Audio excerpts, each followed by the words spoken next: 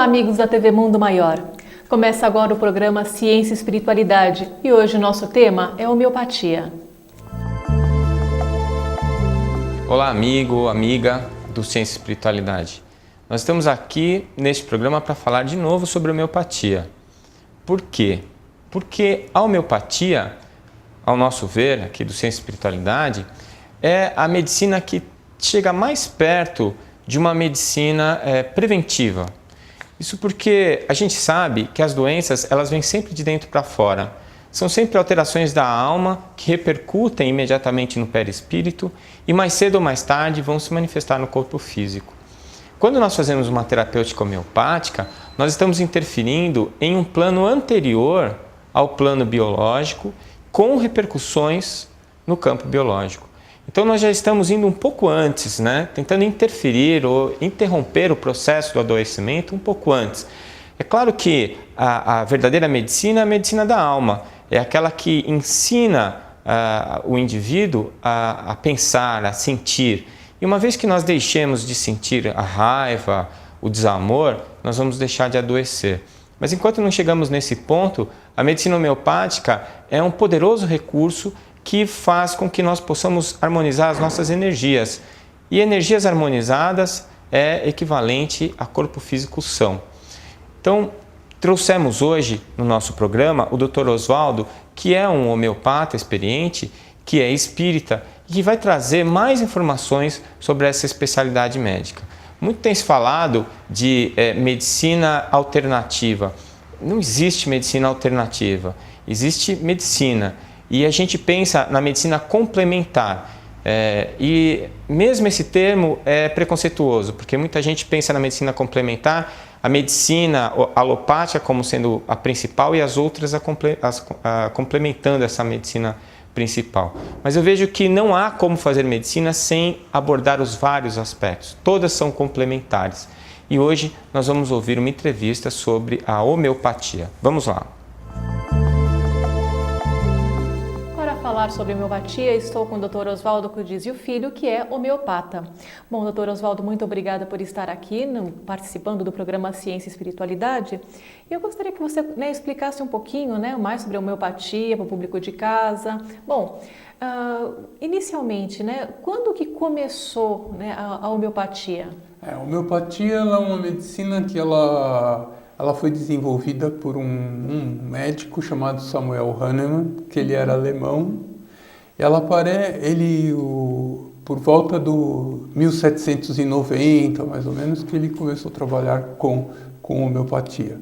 O Hahnemann ele faz um percurso que ele começa a trabalhar na Alemanha, onde tinha uma medicina extremamente teórica, com a qual ele não concorda, então ele vai trazer a parte experimental das drogas, que ele faz a partir dos estudos dele. E no fim da vida, que é por volta de 1850, mais ou menos, ele acaba a vida na França, Então ela vai fazer um percurso Alemanha, França. E ele vai trabalhar contra a medicina da época, que era uma medicina muito teórica, E a medicina clássica nossa começa por volta de 1850, que ela já é uma medicina mais prática, com experimentos, a biomedicina, Então o Hahnemann, no começo, ele vai ter uma grande resistência contra a prática dele, porque ele traz a ideia de que os medicamentos devem ser experimentados e que não tem o mestre, que tudo é estudo, E aqui no Brasil começou então em 1850 aproximadamente ou um pouco depois? Pouco antes. Vem o Bento Moore para cá, que era um discípulo do Hahnemann, e ele vem para o Brasil não para implantar a homeopatia, ele vem implantar uma colônia anarquista aqui. E um dos princípios dele era trazer a medicina homeopática, então, como uma medicina mais humana em relação à medicina da época. Ele que começa a homeopatia e não dá certo a colônia anarquista, Aí ele passa a habitar no Rio de Janeiro e começa a introduzir o uso da homeopatia. E é super legal, a história da homeopatia no Rio de Janeiro é super interessante. Que ela pega o século de 1800,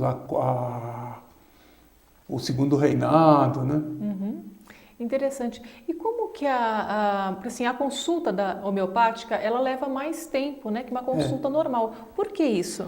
Porque o homeopata, ela não é tão diferente da alopatia. O que vai ser diferente é a ênfase que você dá seria como se você organizasse os dados de uma forma diferente, né? E um dos objetivos do homeopata seria encontrar o medicamento da pessoa. Quer dizer, na homeopatia você vai ter medicamento das doenças, que é estudado de uma maneira individualizada, né? E eu vou ter um medicamento que é da pessoa, do temperamento, da constituição, da história de vida, de como aquela pessoa foi passando na vida dela, né? E isso demanda tempo, né? Porque você vai ter que perguntar os antecedentes familiares, como que é a reação psicológica, como é a reação ao clima, como que é a história de vida da pessoa, você faz uma biografia, né? Isso aí é bem mais, bastante minúcia. Minúcia. Ela é uma medicina da minúcia. Enquanto na alopatia, por exemplo, fazendo um contraponto, ela é uma medicina que vai se especializar. Ela vai querer entender cada vez mais profundo, né? Isolando ao máximo o problema, né? Indo para a célula, para os mecanismos bioquímicos. Enquanto a homeopatia, ela é mais interessada na história da pessoa, de como que a pessoa desenvolveu aquela patologia, né? E a aceitação da homeopatia hoje já está crescendo, não? Ela é crescente. Ainda tem uma resistência no meio médico, né? Muito menor. Então, quando comecei a fazer homeopatia, eu me formei em 1977, né? A minha família, eu venho de uma família que tem muito médico, né? E eles acharam que eu estava ficando louco quando eu falei que ia fazer homeopatia, né? Isso retrata até mesmo, como você falou, né, que inicialmente o Hahnemann e o Bento tiveram uma certa rejeição, uma certa dificuldade de implantar esses conceitos. Isso, você vê, até porque recentemente acontece. É porque o método é diferente, né? Esse método... E não tem, mas hoje em dia já melhorou muito, a gente convive no hospital, não tem mais. Ela já é uma especialidade no Conselho Regional de Medicina, né? Não tem mais essa resistência. Eu pessoalmente, eu nunca senti essa resistência, né? Porque eu já fui um homeopata, né? Então eu não sou...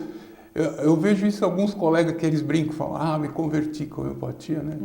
Eu não tenho nem raiva da alopatia, nem da homeopatia, né?